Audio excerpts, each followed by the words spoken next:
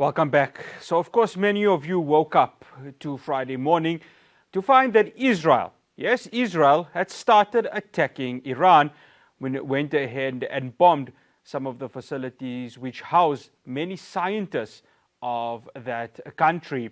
Now, as early this morning, US President Donald Trump issued a warning on social media urging all residents of Tehran to flee and saying that Iran cannot have a nuclear weapon.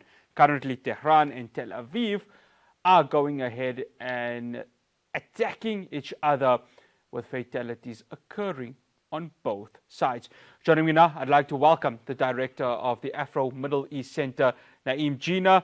Naeem, always a pleasure having you on. Assalamu alaikum wa rahmatullahi wa barakatuh. Wa alaikum salam wa rahmatullahi wa barakatuh.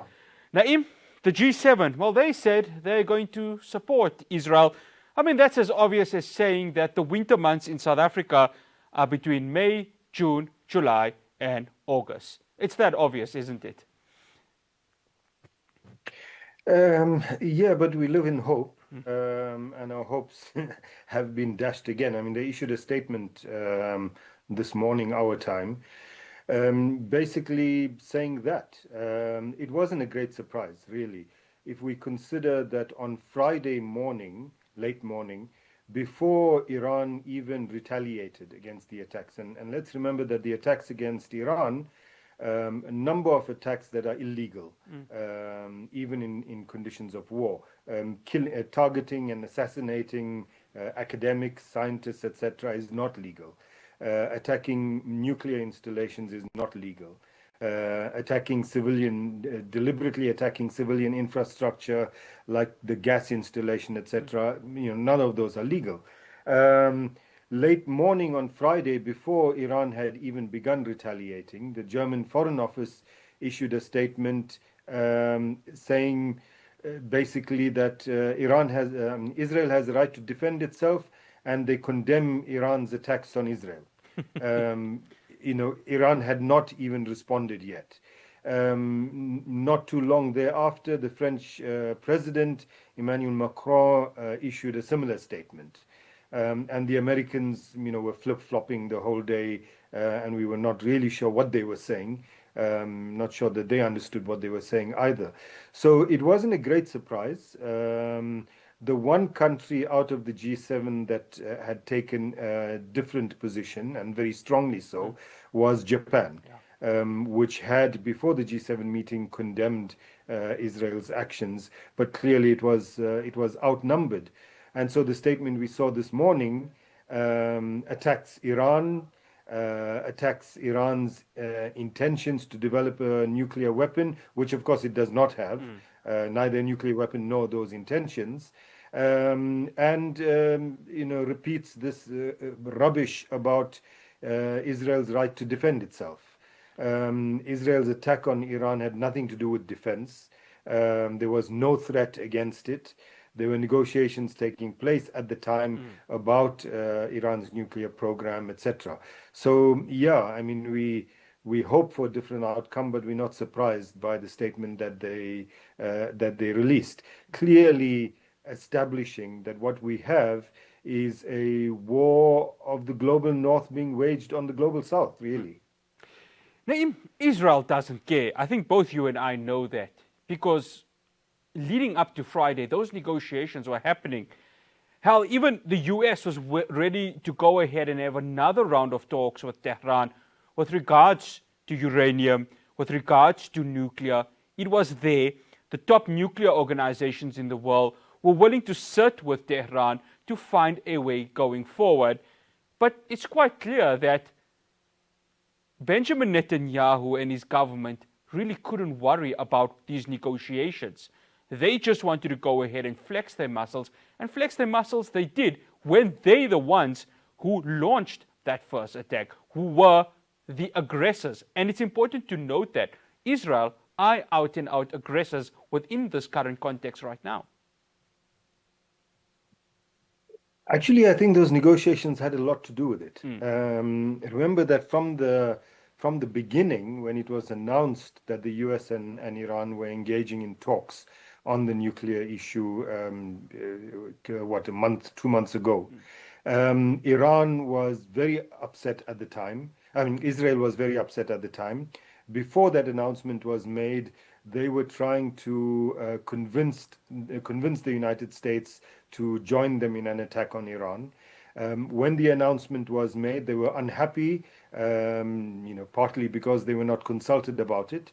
And then when the talks started, and it was clear that the talks seemed to be positive, Netanyahu made it clear that maybe they will accept the talks, but Iran would not be allowed to enrich any uranium at all to any level.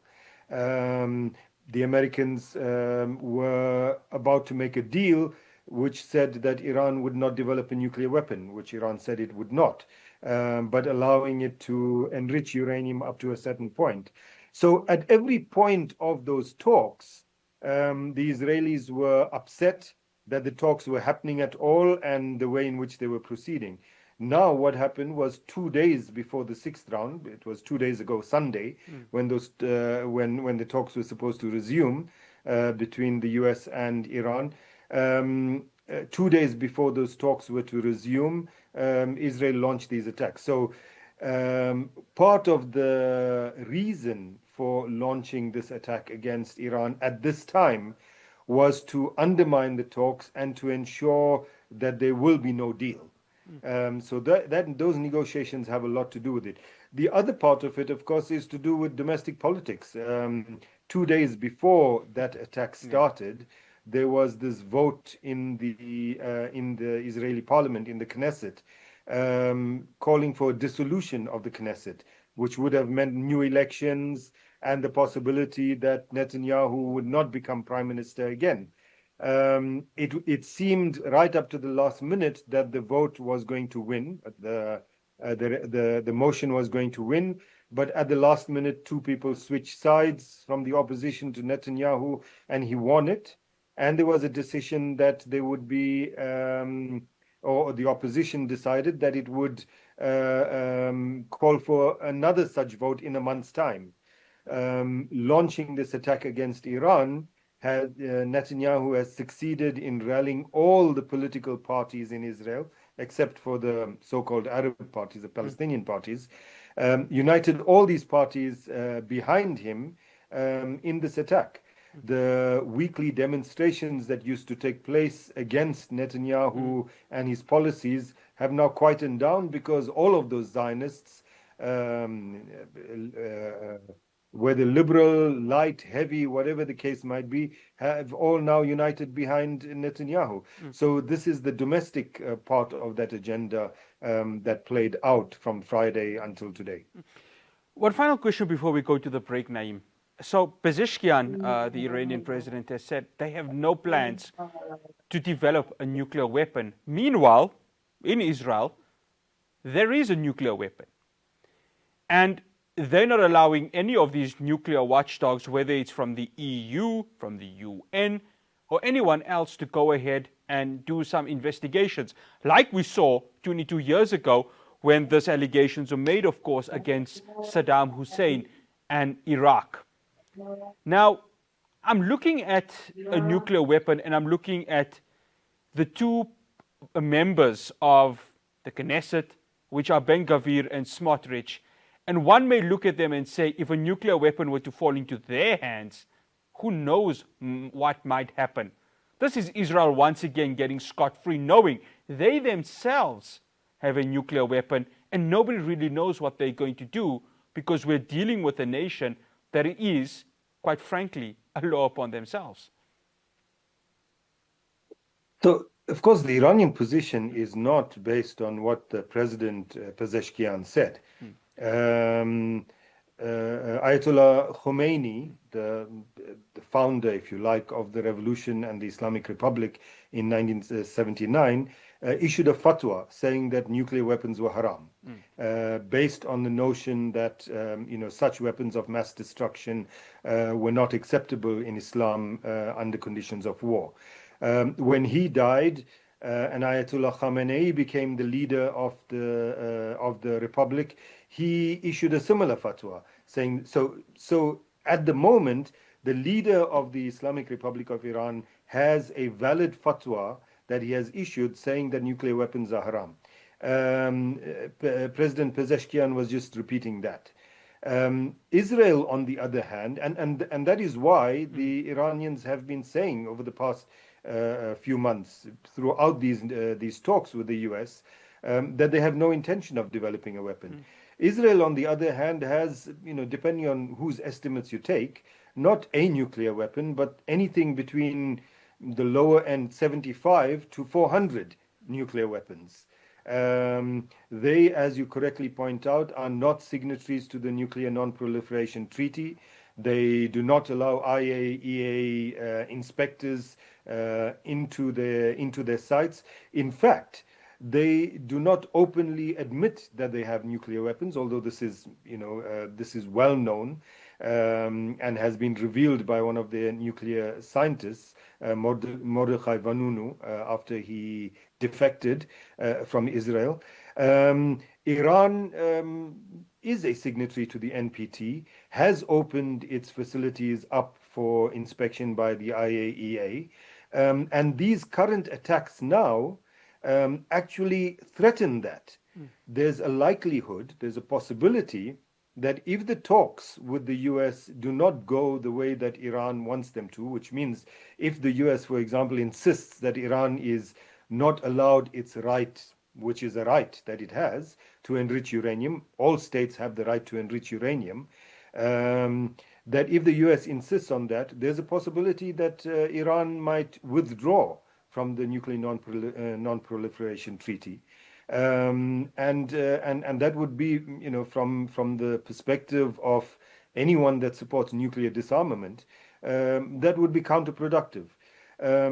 But this is the kind of double standard that we see playing out, particularly in the Western world. And I want to say again, I think that this is what has happened in the past 20 months, beginning with the 7th of October 2023. Is that the world has become polarized in a particular kind of way. In general terms, there are specific exceptions, of course, but in general terms, the global north against the global south. We see that at the ICJ, again, as I said, with specific exceptions. India is definitely not going to support the Palestinians. Spain has supported South Africa's ICJ case, so there's exceptions. Ireland as well. But in general, this is a clash between the global north and the global south on very fundamental questions about what is international law, who does international law apply to, who is it supposed to serve? Because the position that has existed for decades now is that, all these things, international law, the rules of war, even human rights, exist not for people of the global south, but for people of the global north, so that they might be able to regulate differences among themselves. Remember, when the discourse of rules of war was vibrant in Europe, Europeans were committing genocides in Africa. Just Namibia at the beginning of the 20th century was subject to 2 genocides by the people who at the same time were talking about rules of war. So what has now happened is we're seeing again with the Gaza case and now with the Iran case that this clash has come to the fore. Naeem, I have to stop you there. We have to go for a break. After that, I continue my conversation with Naeem Jeenah. Do stay tuned. Welcome back. I'm still in conversation with the director of the Afro-Middle East Centre, Naeem Jeenah. Naeem, to what extent will the United States be dragged into this? I ask this because when you read the rhetoric of Donald Trump, it's moving closer to that happening. Even though negotiations between Washington and Tehran were occurring, one has to look at it and say it's only a matter of time before Netanyahu drags Washington into this right now. I don't like the terminology for us. The United States is the richest, militarily most powerful state on this planet. The most powerful empire, one might argue, that has ever existed in our history as humanity. The United States is not going to be dragged into anything. It will make a choice and a decision for itself. And if it joins this war against Iran, it will not be because it's been dragged. I mean, who is Israel or Netanyahu to drag the United States into anything? It will be a choice that is made by the White House, by the American Congress, to do so, and it will be something that they will be entirely responsible for. We shouldn't blame Israel for the choices that the United States makes. As to what choices they might make, this is difficult. I mean, you have a president of the United States, of the most powerful country in the world, who changes his mind from one tweet to the next. Very unpredictable. We don't know what he's going to do or say.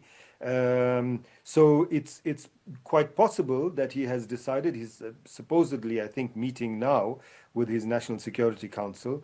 It's possible that he has decided or will decide by the end of today that he will join or that the United States will join this attack against Iran. And I think that will become a global conflagration that would be disastrous for all of us in the world. Or he might decide, depending on which side of the bed he wakes up from, that he wants to pursue the talks with Iran. That's also a possibility. Again, if he does that, and there are some indications that he wants to, he's the master of the deal or whatever you might call it. If he does do that, then there's also the possibility that he might want to do it in a way that promotes Israel's interests and that deprives Iran of its rights. I mean, there's, the idea that Iran should not enrich uranium, something that is not illegal, that no one has the right to impose on another state.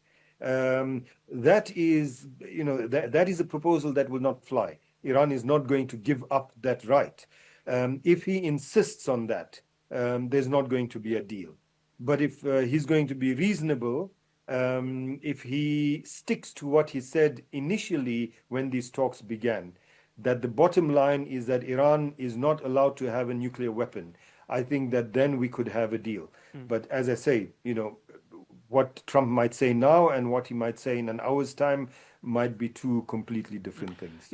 Yeah, look, I think the reason why I use the word drag, Naeem, is, of course, everyone knows of AIPAC and the pressure it puts on Congress and certainly the US government as a whole. Is that something to consider, given who they are and the influence that they have? And also at the same time, we've seen Israel really put a lot of pressure in terms of military aid. But surely for the US to get dragged into this will really spin the world into a completely different direction, given that the superpower that the Americans are against another superpower in Iran would really bring the world to a moment of chaos that we haven't seen since maybe World War II, and one that could just eclipse the Cold War. AIPAC is not as powerful as it used to be, number one. Number two, Trump has demonstrated that he can make decisions on his own, as weird as they sometimes might be. I mean, he made a deal with the Ansar Allah in Yemen, even though the Israelis didn't like it and didn't want it. So he can do that. But what we have in the United States, in the Republican Party, and more generally in Trump's base, is two sides that are in debate or at war with each other. The one side is the kind of more traditional neocon, the great America, policeman of the world, etc., within his party and those that surround Trump in the White House. And the other side of that is the more kind of forceful, or the more MAGA kind of approach, which is that America first, everything else is not our problem. Everyone else must deal with their own problems. Our issue is the United States. and how do we fix the United States, whatever they might mean by fix. So people like Marco Rubio, people like Steve Bannon are in that camp. They don't want to get involved in wars in other parts of the world. They don't want to even get involved in a war supporting Israel. But there are others that do. And so how that dynamic plays out, I think, is more important than what AIPAC might do. Let's be clear. Iran is not a global superpower. Iran is a power in the region, but it's not a global superpower. I mean, if the United States goes to war against Iran, you're not talking about two global superpowers going to war. You're talking about a global power whose military spending, if you look at the top 10 military spenders in the world, the US being number one, whose military spending outstrips the other 9 put together. And Iran is way down on that list, not anywhere close to the top 10. So the United States going to war with Iran is a matter of a global superpower bullying other states in order to impose its will on them. And again, if the other members of the G7, for example, join in that, we have a situation where the global north, or the biggest part of the global north, is uniting against essentially the global south. I mean, that's how it's going to play out. Naeem, one final question. Both sides are not letting up anytime soon. When you see the visuals from Tel Aviv and Haifa, it's clear Israel has met the match, haven't they? I beg your pardon. Of course, they have fought the Houthis, Hamas, Hezbollah, but when you're dealing, of course, with a military power like Iran, it's a different ball game, isn't it? And what we saw over the weekend is testament to that.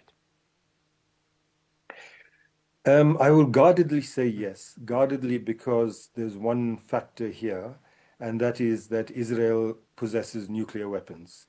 Iran doesn't. No other country in that region, in the West Asia region, does. And Israel's government is an irrational player, not a realist player, very ideological, very fundamentalist, and it's not beyond the realm of possibility that they might decide to use a nuclear weapon. That aside, yes, I do believe that they have met their match. As you say, Iran is not a non-state actor, like even Ansarullah or Hezbollah or Hamas. And let's remember that Israel has not managed to defeat the Gaza resistance in 20 months. Almost 2 years, they have not been able to defeat a ragtag group of militias. Iran is not that kind of a force. Its missile capabilities are larger than any other state in the region, including Israel's. What Iran has been doing since Friday evening is, in a sense, pacing itself. Every night since Friday night, you'll see that there's an incremental increase in the intensity of Iran's retaliation. And much of it is tit for tat, responding to what Israel has done on that day. For Iran, it seems that this is not yet an all-out war. It is a matter of an act or acts of aggression by Israel that Iran is responding to. When Iran decides that it is an all-out war, I think, and decides to pull out the stops, I think that the picture will be very different from what we're seeing now. The missiles that are being used, the majority of the missiles used thus far, are old, slow, and meant for a particular purpose, but not for the purpose of winning a full-scale war. So yes, I think that in many ways Israel has met its match, and that is why it would be wise for Israel, not to say that its government is wise in any respect, but it would be wise for Israel to take the advice that they should stop their attacks. Iran has said that if Israel stops, that Iran will stop. It's not, it's not going to ask for a ceasefire deal, etc. Israel stops, it'll stop. I think it'll be wise for Israel to take that advice and stop. Naeem, always a pleasure having you, and Jazakallah so much. Assalamu alaikum wa rahmatullahi wa barakatuh. Wa alaikum salam wa rahmatullahi wa That's barakatuh. Naeem Jeenah, the director of the Afro-Middle East Centre. Well, that's all we have for you here on News in Focus. Don't forget, tomorrow is a talking point from myself, Ross Patel, and the rest of the team in Johannesburg. Assalamu alaikum wa rahmatullahi wa barakatuh.